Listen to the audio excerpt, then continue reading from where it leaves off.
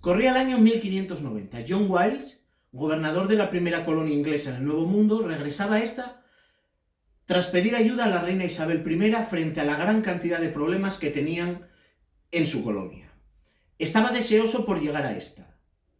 Allí le esperaba su mujer y su hija, la primera niña nacida en el Nuevo Mundo. ¿Cuál no sería la sorpresa de Wilkes cuando al llegar a la colonia se encontró nada? Sencillamente no había rastro alguno de aquellos que habían sido sus gobernados. Únicamente habían dejado tras de sí dos extrañas pistas: una palabra grabada en el tronco de un árbol y una cruz maltesa tallada en una roca. La cruz maltesa era sencilla de interpretar. Era un signo de conveniencia que habían acordado dejar tras de sí los colonos en caso de ser atacados por los indios.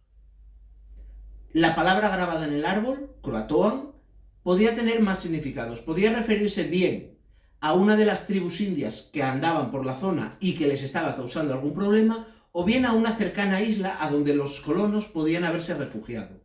Sin embargo, nunca se supo a qué se referían. Esta historia posiblemente os suene de algo. Es un tópico en el mundo del terror y ha sido adaptada, con más suerte o más desgracia, no vamos a entrar, dentro de la serie American Horror Story. Pero sin embargo, si volvemos a Roanoke, nos vamos a encontrar con que no era la primera vez que algo extraño ocurría en esa colonia. Concretamente, un año después de su fundación, en 1585, los colonos habían pedido al pirata Francis Drake que por favor les llevase también a Inglaterra para pedir más ayuda a la reina. Ocurría que las tribus indias eran excesivamente belicosas y ellos tenían muy poco contingente para enfrentarse a ellas. Estos primeros colonos dejaron tras de sí únicamente 15 soldados. Cuando regresaron, se encontraron que de todo ese retén únicamente quedaba un soldado, eso sí, convertido en un esqueleto. Tampoco nunca se supo qué fue de esta primera colonia perdida de Roanoke. Pero no vamos a hablar de Roanoke. Si os interesa saber algo más sobre esta historia, aquí os dejo la dirección de un artículo que escribí hace años y donde analizamos las posibles vías de estudio que intenten dar una explicación sobre qué fue de la colonia perdida de Roanoke. De lo que hoy vamos a hablar son de los Roanoke españoles, concretamente de un Roanoke situado en Asturias. Y para ello nos vamos a trasladar al feraz, salvaje y lleno de leyendas concejo de Quirós. Allí nos vamos a encontrar con un pueblo que desapareció, o mejor dicho, con un pueblo cuyos habitantes aparecieron todos muertos sin que a día de hoy sepamos cuál fue la causa de su fallecimiento. Primavera de 1854, concretamente en la Semana Santa, que seguía a un invierno especialmente duro. Camino de los casi 1000 metros de altura a los que se situaba la pequeña aldea de Mengollo, una aldea de cabañas de entre 20 y 60 habitantes, vemos al pequeño sacerdote de Casares y Villagondú, que, acompañado de una pequeña mula, que porta los enseres necesarios para poder oficiar la misa. Era la primera vez en muchos meses que el cura podía llegar al pueblo y consagrar el domingo. El pueblo estaba tan aislado la mayor parte del año que se les había dispensado a sus habitantes para que ellos mismos pudiesen santificar los domingos con la mera oración del rosario. Incluso durante muchos años, antes de la construcción de una pequeña capilla, las misas o las ceremonias religiosas se decían desde lo alto de una panera que hoy en día ha sido trasladada, como veremos, a un pueblo cercano, y en uno de sus pegollos todavía permanece grabada la cruz que indicaba que ese era el pegollo santo desde el cual se celebraban los oficios. A medida que ascendía los casi 1000 metros, el sacerdote se dio cuenta de que algo extraño ocurría. La nieve todavía estaba más que presente, el frío era bastante y sin embargo no se veía nada de humo surgiendo de las chimeneas. Algo extraño tenía que estar ocurriendo para que aquellas gentes estuviesen pasando un frío, digamos, voluntario. Pero lo más extraño llegó cuando a escasos metros del pueblo se encontró el cuerpo de uno de los vecinos tirado en el camino. Asustado, corrió hasta el pueblo y allí se encontró una escena totalmente grotesca, una escena que le dejó no sin palabras, ya que tenemos su propia declaración que dice: las finas callejas del pueblo estaban pobladas de cadáveres. La puerta de la iglesia permanecía abierta y 3 o 4 vecinos, en estado de putrefacción, yacían dentro, abrazados a los santos. Y los niños de pecho que había en el lugar estaban también muertos, abrazados a sus madres, que estaban tiradas entre la nieve que aún había en Mengoyo. En todos esos cuerpos no había señal de violencia, no había señal alguna de lucha. No se podía explicar cómo las 60, o las que fuesen, almas del pueblo podían estar todas muertas y parecía que al mismo tiempo. El cura, asustado, corrió a la aldea más cercana, conocida como Fresneo, y de allí corrió a Arrojo, donde estaba la sede arciprestal, y también a la capital del concejo, a Bárcena. Desde allí se dio aviso, obviamente, a la capital de la provincia, Oviedo. No tardaron en personarse varios sacerdotes, varios funcionarios y también varios médicos que dieron fe de todo aquello que el párroco había visto. El misterio estaba servido, todos los habitantes de Mengoyo estaban muertos y no se sabía exactamente qué era lo que les había ocurrido. Comenzaron entonces las explicaciones. La primera explicación que se intentó dar, digamos la explicación oficial, fue de que algún tipo de peste, algún tipo de epidemia había asolado a todo el pueblo. Es evidente que esta teoría fracasa en algún punto, ya que ¿qué epidemia mata a todo el mundo a la vez? Por si acaso, las autoridades decretaron que el pueblo fuese reducido a cenizas y todos los habitantes fuesen enterrados en una fosa común, sin marcar. Esto nos deja hoy en día que no sabemos dónde están los habitantes y tampoco sabemos con seguridad absoluta dónde estaba Mengoyo. Hay una serie de cabañas por esa zona que algunos quieren identificar con el pueblo perdido, pero no estamos seguros de que sea así. Sin embargo, seguía manteniéndose el problema de intentar explicar qué es lo que ocurría. Se habló de tifus, tuberculosis o alguna de aquellas enfermedades terribles en aquella época y que se cobraban tantas vidas. Sin embargo, los médicos hubiesen reconocido aquella sintomatología a primera vista. Otra explicación que se intentó dar fue sencillamente una que culpaba al agua. Existía la tradición en Semana Santa de que uno de los vecinos preparase una torta de pan dulce que repartía luego o compartía con el resto de los vecinos. Se dice que el agua que se utilizó para confeccionar o para amasar ese pan dulce estaba envenenada por culpa de una salamandra, una sacavera, que había caído en ella. Sin embargo, la explicación tampoco convence a nadie, aunque es la más habitual, ya que todos los expertos en venenos, todos los expertos en reptiles, dicen que una salamandra no tiene veneno para matar a un hombre y muchísimo menos para matar a todo un pueblo.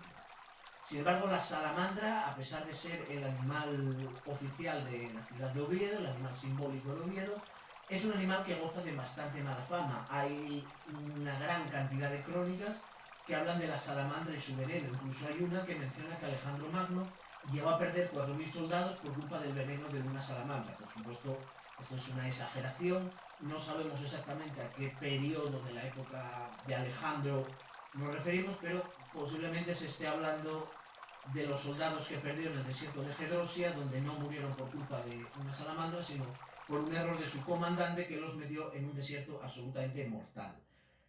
Pero la idea del pan envenenado siguió manteniéndose, y pronto surgió una historia diferente, y con muchos más visos de realidad, aunque también topaba con el mismo problema que la versión de la salamandra y que la versión de las epidemias.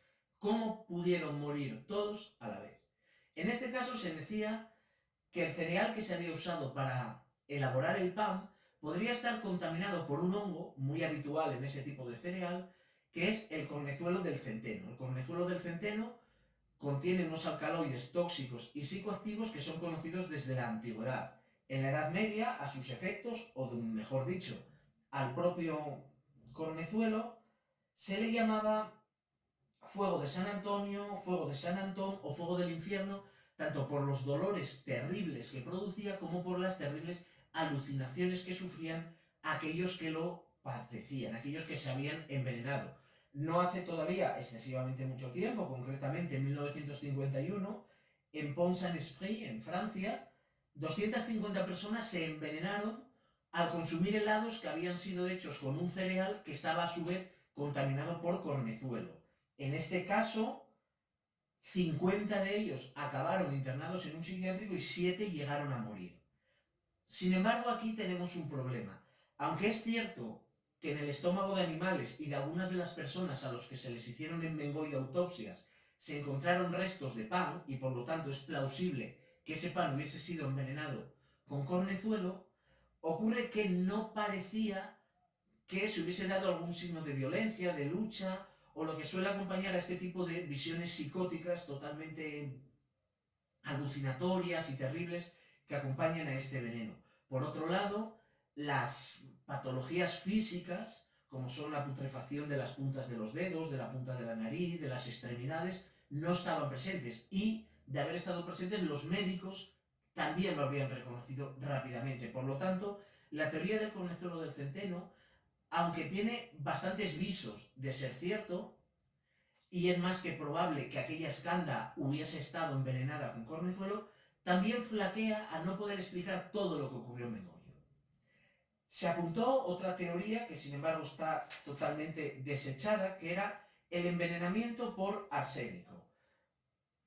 La zona de Quirós, la zona que limita Quirós con Riosa y Lena, es muy rica en yacimientos de mercurio. Estos yacimientos suelen ir asociados a veces a explotaciones de arsénico. Sin embargo, no hay constancia de que en aquella época existiesen, no hay constancia de que existiesen tan arriba, y además el envenenamiento por arsénico también sería rápidamente reconocido. Y de nuevo topamos con lo mismo, aunque todo el pueblo hubiese sido envenenado, ¿por qué todos parecían haber muerto en el mismo momento? Contra esta teoría figura una investigación, una suerte de investigación empírica, una investigación experimental, realizada por el hacendado Bernardo Terrero, de quien se decía que era el hombre más rico de Asturias y que era capaz de ir a Madrid durmiendo siempre en sus propias posesiones o casi por terreno propio. Este hacendado decidió poner a prueba la teoría del arsénico y llevó su ganado a pacer en la zona donde estaba Mengoyo. Se encontró que el ganado pacía tranquilamente y ninguno de sus animales murió. Por lo tanto, la teoría del envenenamiento por arsénico quedaba totalmente descartada. A día de hoy, como veis, estamos en una situación en la que no sabemos qué es lo que ocurrió con Mengoyo. No sabemos absolutamente nada. Incluso hay quien dice que la duda va más allá y que lo que puede no haber existido es directamente Mengoyo y tratarse no de una leyenda, sino de una pura ficción. Concretamente, Francisco Renedo, en su libro Pasaje al Misterio, cita a Pacho Álvarez Díaz, que tras haber investigado en diferentes registros, tanto históricos civiles como históricos eclesiásticos, no encontró referencia ninguna a Mengoyo. ¿Por qué no había ninguna referencia anterior a ese momento? Tampoco aparece, nosotros lo hemos investigado, en las hemerotecas de la época. Es evidente que en aquella época no existía una gran cantidad de periódicos, pero los que había no mencionan o no recogen algo así. Y es una noticia que realmente debería de estar. Parece que Mengoyo está abierto al misterio, está abierto a cualquier tipo de explicación. Hay una explicación más que yo no me gustaba demasiado comentarla, pero es mi deber, que es mencionada por Constantino González Rebustiello en la crónica que hizo sobre esta historia. Él menciona que no todos los habitantes de Mengoyo fallecieron, que uno se salvó, un cabrero que estaba en el monte con su ganado. Y parece que Constantino González Rebustiello sigue o quiere seguir una línea que menciona si este cabrero superviviente, por no llamarlo de otra manera, si tiene razón Rebustiello, podría ser el responsable de la muerte de todos sus vecinos. Es evidente que esto es una historia demasiado fantástica como para tomarla en cuenta, pero la dejamos ahí señalada. Si volvemos a la idea de que Mengoyo no existió, el misterio con el que nos encontramos consistirá en señalar quién inventó esta historia, por qué se inventó esta historia y para qué se inventó esta historia. Al mismo tiempo, esta historia choca, o esta hipótesis choca, con algo que se encuentra en el pueblo de Villagondú. Después de incendiar todo Mengoyo, o mejor dicho, antes de su incendio, La panera desde la cual se oficiaba la misa, aunque hemos visto que Mengoyo tenía una pequeña iglesia, no la iglesia que podéis encontrar en Google si ponéis Mengoyo, que es una iglesia evidentemente demasiado grande para una aldea de no más de 60 habitantes, esa panera fue trasladada hasta Villagondú y ahí permanece hoy en día. ¿Por qué quien inventó esta historia se preocupó también de asignar un elemento que le diese credibilidad y le diese facticidad a la misma? Como veis, Mengoyo es todo un embrollo, valga la rima, que os invito a investigar por vosotros mismos. Os invito, si queréis, a acercaros hasta Quirós y buscar dónde pueden estar las ruinas, haciéndolo siempre con el respeto que se debe a la naturaleza, a los vivos y también a los muertos.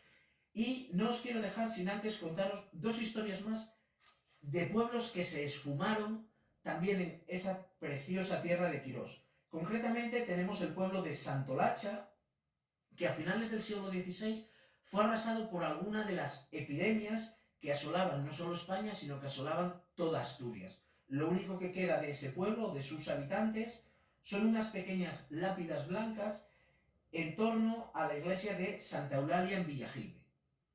Tal era el terror que había en aquella zona por lo ocurrido en Santolacha, que durante tiempo los pastores, cuando subían al monte con el ganado, lo hacían acompañados de unas enormes pañoletas, unos pañolones blancos, que marcarían dónde estaban si caían fallecidos. El otro pueblo que tenemos en esa misma zona es el Chano de los Muertos. En realidad no es el nombre del pueblo, es el nombre que se da al lugar donde estuvo el pueblo.